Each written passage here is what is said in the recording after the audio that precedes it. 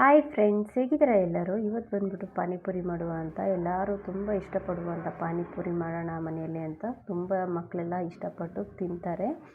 ಮಾಡೋದು ಹೇಗೆ ಅಂತ ನೋಡೋಣ ಬನ್ನಿ. 7 ಹಸಿಮೆಣಸಿನ್ಕಾಯಿ, 1 ಮುಷ್ಟಿಯಷ್ಟು ಪುದೀನ, 1 ಮುಷ್ಟಿಯಷ್ಟು ಕೊತ್ತಂಬರಿ, 2 ಸೇಮ್ ಕ್ವಾಂಟಿಟಿಲಿ ತೊಗೊಂಡಿದ್ದೀನಿ. ಅದಾದಮೇಲೆ 2 ಇಂಚಿನಷ್ಟು ಶುಂಠಿ ತೊಗೊಂಡಿದ್ದೀನಿ, ಸಿಪ್ಪೆ ತೆಗೆದು ತೊಳೆದು ಇಟ್ಕೊಂಡಿರೋದು ಎಲ್ಲ. ಅದಾದಮೇಲೆ 1 ಟೇಬಲ್ ಸ್ಪೂನ್ ಕಾಳುಮೆಣಸು, 2 ಟೇಬಲ್ ಸ್ಪೂನ್ ಜೀರಿಗೆ. ಇದು ಬಂದುಬಿಟ್ಟು ಮಿಕ್ಸಿ ಮಾಡ್ಕೊಳ್ಳಿಕ್ಕೆ ಅಂತ ರೆಡಿ ಮಾಡ್ಕೊಂಡಿದ್ದೀನಿ. ಅದಾದಮೇಲೆ ನಾನು ಚಾಟ್ ಮಸಾಲೆನ ತೊಗೊಂಡಿದ್ದೀನಿ. ಚಾಟ್ ಮಸಾಲೆ ಇಲ್ಲ ಅನ್ನೋರು ಅದಾದಮೇಲೆ ಪಾನಿಪುರಿ ಮಸಾಲೆನೂ ತೊಗೊಂಡಿದ್ದೀನಿ ನಾನು. ಇದು ಚಾಟ್ ಮಸಾಲೆ ಪಾನಿಪುರಿ ಮಸಾಲೆ ಇಲ್ಲ ಅನ್ನೋರು ಬ್ಲ್ಯಾಕ್ ಸಾಲ್ಟ್ ಅಂತ ಬರುತ್ತೆ, ಅದು ಕಾಲ ನಮಕ್ ಅಂತಲೂ ಕರೀತಾರೆ. ಅದಕ್ಕೆ ಎರಡೂ ಒಂದೇ. ಅದು ಅಂಗಡಿಗಳಲ್ಲಿ ಎಲ್ಲ ಕಡೆ ಸಿಗುತ್ತೆ. ಅದನ್ನ ತೊಗೊಂಬಂದು ಉಪಯೋಗಿಸ್ಕೊಳ್ಳೋದ್ರಿಂದ ನಿಮಗೆ ಆ ಫ್ಲೇವರು ಟೇಸ್ಟು ಬರುತ್ತೆ.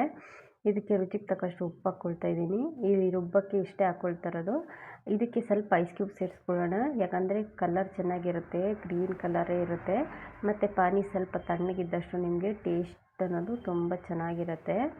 ಈಗ ಐಸ್ ಕ್ಯೂಬ್ ಎಲ್ಲ ಹಾಕ್ಕೊಳ್ತಾ ಇದ್ದೀನಿ. ನೋಡ್ಬೋದು ನೀವು, ತುಂಬ ಜಾಸ್ತಿ ಹಾಕ್ಬೇಕಂತ ಏನಿಲ್ಲ, ಸ್ವಲ್ಪ ಐಸ್ ಕ್ಯೂಬ್ ಹಾಕ್ಕೊಂಡು ರುಬ್ಕೊಳ್ಬೋದು. ನೀರು ನಿಮಗೆ ನೋಡಿಕೊಂಡು ಸಾಫ್ಟಾಗಿ ಒಂಥರ ಗ್ರೈಂಡ್ ಮಾಡ್ಕೊಳ್ಳಿ, ಗಂಧ ಥರ ಗ್ರೈಂಡ್ ಮಾಡ್ಕೊಳ್ಳಿ, ಚೆನ್ನಾಗಿ ಬರುತ್ತೆ.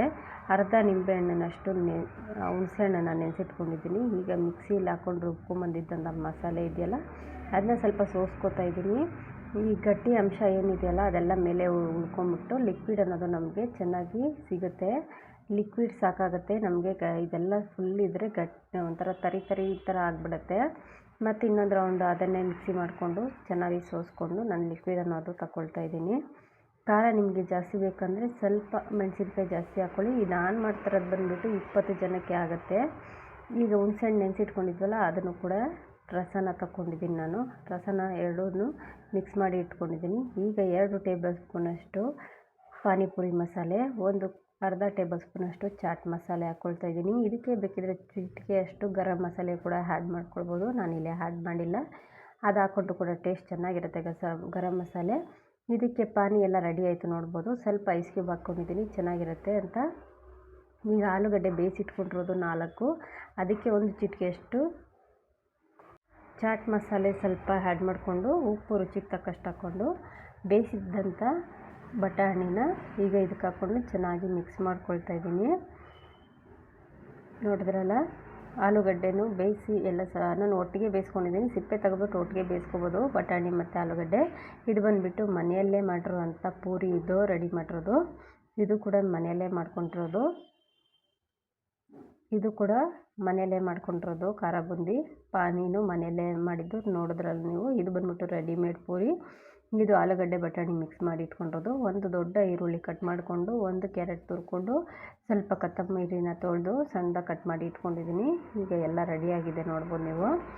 ಈಗ ಪಾನಿಪುರಿನ ರೆಡಿ ಮಾಡೋಣ ಬನ್ನಿ. 1 ಬೌಲ್ ತೊಗೊಂಡು ಸ್ವಲ್ಪ ಪಾನಿನ ಸಪ್ರೇಟಾಗಿ ತಗೊಳ್ತಾ ಇದ್ದೀನಿ ನಮಗೆ ತಿನ್ನಲಿಕ್ಕೆ. ಈಗ ಪಾನಿಪುರಿ ರೆಡಿಯಾಗಿದೆಯಲ್ಲ, ಅದರಲ್ಲಿ ಡಿಪ್ ಮಾಡಿಕೊಂಡು ಈಗ ತಿಂತಾಯಿದ್ದೀನಿ ನಾನು. ಮೊದಲನೇದಾಗಿ ನಾನೇ ಟೇಸ್ಟ್ ಮಾಡಿಬಿಡ್ತಾ ಇದ್ದೀನಿ, ಯಾಕಂದರೆ ನನಗೆ ಇರೋಕ್ಕಾಗ್ತಿಲ್ಲ ನೋಡಿಕೊಂಡು. ತುಂಬ ಚೆನ್ನಾಗಿ ಬಂದಿದೆ, ಅದ್ಭುತವಾಗಿ ಬಂದಿದೆ. ಈಗ ಮಕ್ಕಳೇ ನಾನು ಮಾಡ್ಕೋತೀನಿ ಅಂತ ಮಾಡ್ಕೋತಾ ಇದ್ದಾರೆ.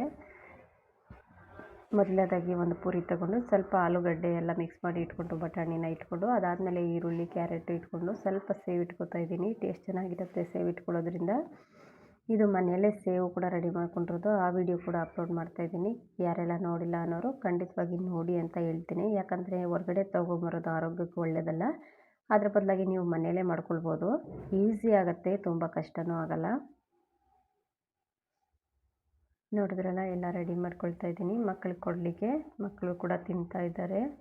ನನ್ನ ದೊಡ್ಡ ಮಗನಿಗಂತೂ ಸಿಕ್ಕಾಪಟ್ಟೆ ಇಷ್ಟ ಆಯಿತು, ತುಂಬ ಇಷ್ಟ ಆಯಿತು.